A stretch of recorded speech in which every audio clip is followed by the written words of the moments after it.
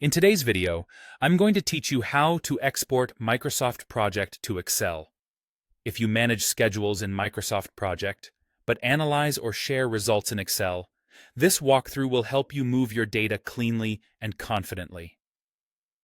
We'll start with the built-in export wizard in the Microsoft Project desktop app, which gives you the most control. Open your project in Project, then go to File and choose Save As. Pick a location, and in the Save As type dropdown, select Excel Workbook, the .xlsx option. When you click Save, Project launches the export wizard. This is where you decide exactly what to send to Excel. First, choose whether you want a predefined Project Excel template or selected data.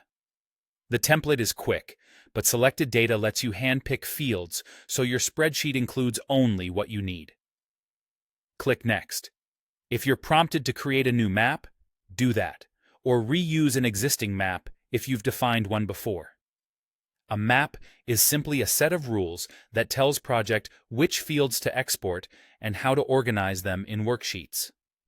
On the mapping screens, choose what you're exporting: tasks, resources, assignments, or any combination.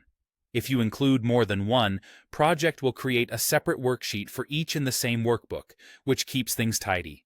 Then select the exact fields you want, such as task name, start, finish, duration, or other columns your team relies on. Take a moment to review the map options so the layout and headers make sense once you're in Excel. When everything looks right, click Finish. Project will generate an Excel file in the location you chose, with your data placed into structured tables you can sort, filter, chart, or summarize with pivots.